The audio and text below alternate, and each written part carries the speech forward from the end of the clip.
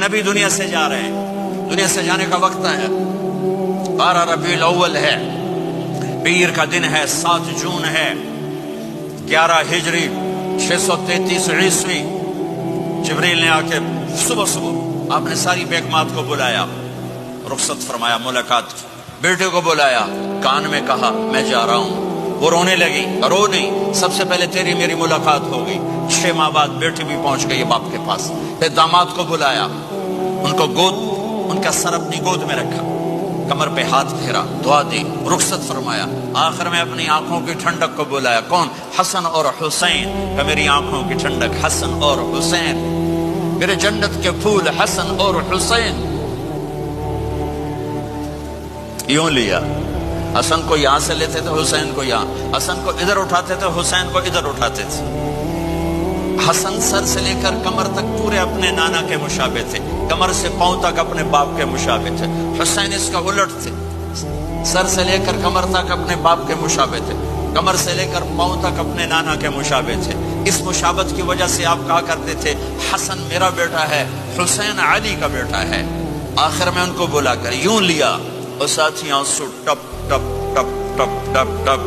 بیویوں کو جدا کیا، آنسو نہیں، بیٹی کو جدا کیا، آنسو نہیں، داماد کو جدا کیا، آنسو نہیں، جب بچوں کو جدا کرنے لگے تو یوں آنسو۔ ایک کو زہر میں تڑپتے دیکھا، ایک کا کٹا سر نیزے پہ چڑھتے دیکھا تو آنسو رک نہیں سکے، دعا نہیں کی، ہاتھ نہیں اٹھائے، اللہ کی تقدیر کے سپرد کر دیا، اولاد کو ذبح ہونے کے لیے تیار کر لیا کہ کل میری امت اولاد کے پیچھے جھوٹ نہ بولے، رشوت نہ لے، حرام کاروبار نہ چلائے، دھوکہ نہ دے، فراڈ نہ کرے، بچوں کو کہاں سے کھلائیں، بچوں کو کہاں سے پلائیں، کہ یہ میرا حسین کا سر کٹ کے نیزے پر چڑھا ہوا ہے۔ کچھ نہیں بولے، رخصت فرما دی۔ جب سب چلے گئے تو جبریل آ گئے، آپ نے فرمایا کیا ہوا؟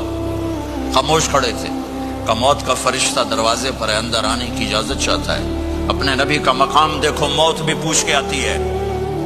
آپ نے کہا آ جائے، آپ کی اجازت پر ملک الموت اندر آئے۔ اسرائیل کا السلام علیکہ یا رسول اللہ، کہنے لگا آپ پہلی ہستی ہیں، میں سلام کر رہا ہوں، میں نے کبھی کسی کو سلام نہیں کیا۔ کہنے لگا آپ پہلی ہستی ہیں، اللہ نے فرمایا تھا پوچھ کے اندر جانا، بن پوچھے نہ جانا۔ پھر کہنے لگے آپ پہلی ہستی ہیں، اللہ نے فرمایا آنا چاہیں تو لے آنا، رہنا چاہیں تو چھوڑ کے آ جانا۔ یہ وہ دربار رسالت ہے جہاں موت بھی پوچھ کے آتی ہے۔ آپ نے فرمایا میں اجازت دے دوں میری جان نکالو گے؟ کہ جی نکالوں گا، نکالو۔ آپ نے یوں جبریل کو دیکھا، کیا کہتے ہو؟ جاؤں یا رہ جاؤں؟ جبریل نے کہا اللہ آپ کی ملاقات کے شوق میں ہیں، فیصلہ آپ کریں گے۔ ہاں یہ بات سنانا چاہتا تھا اگلی۔ آپ نے کہا اچھا جاؤ، پہلے اللہ سے پوچھ کے آؤ میرے بعد میری امت کے ساتھ کیا کریں گے، میرے بچوں کے ساتھ۔ یہ ساری مائیں، میرے بچے میرے بچے میرے بچے میرے بچے۔ میرے نبی کو تو پتا تھا کہ یہ تڑپ تڑپ کے ایک زہر میں جائے گا اور ایک کا سر کٹ کے نیزے پہ چڑھے گا، کیوں نہیں ان کے لیے ہاتھ اٹھائے؟ ہمارے لیے کیوں روئے کہ جاؤ اللہ سے پوچھ کے آؤ میرے بعد میری امت کے ساتھ کیا کرے گا، میں پھر جواب دوں گا۔ جبریل واپس گئے، موت کا فرشتہ کھڑا ہوا ہے، جواب آیا یا رسول اللہ آپ کا رب کہہ رہے ہیں آپ کی امت کو تنہا نہیں چھوڑوں گا۔ مجھے میرے رب کی قسم جو سن رہا ہے جس نے ہمیں یہاں جمع کیا ہے، سنو میری بات غور سے، اگر میرے نبی یہ سوال نہ اٹھاتے تو آج میں اور آپ بھی بندر خنزیر میں بدل چکے ہوتے۔ میری اور رب کی کوئی رشتہ داری نہیں ہے۔ اس امت نے وہ سب کچھ کر دیا جو پہلی امتوں نے کیا، لیکن کون ہے جس نے اصحابوں کو روکا ہوا؟ وہ میرے نبی کے آنسو، میرے نبی کی آہیں، میرے نبی کی دعائیں، میرے نبی کی فریادیں، میرے نبی کی تڑپ، میرے نبی کا رونا، میرے نبی کا پیٹ پہ پتھر باندھنا، اس نے روک دیا۔ کوئی نبی جاتے ہوئے امت کے لیے نہیں رویا، واحد نبی ہیں جو جاتے ہوئے امت کے لیے روئے، میری امت میری امت میری امت۔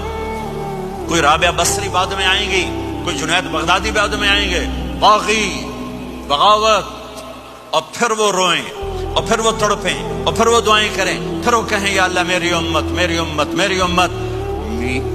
ہائے ہائے، اور جب اجازت دیتی ملک الموت کو کہ جاؤ اللہ کی تقدیر کو پورا کرو، تو پھر بھی امت کو سبق دیا، اے میری امت الصلاۃ وما ملکت ایمانکم، ایک نماز نہ چھوڑنا، ایک میری امت کے کمزور لوگوں پہ رحم کرنا، نماز نہ چھوڑنا، کمزوروں پہ رحم کرنا، نماز نہ چھوڑنا، کمزوروں پہ رحم کرنا۔ کتنی امت نمازی ہے، کتنے ہیں جو اپنے دولت اللہ دے دے تو اللہ کو یاد رکھتے ہیں اور کمزور کے ساتھ انسانیت والا سلوک کرتے ہیں، چاہتے ہوئے امت کو یاد کیا۔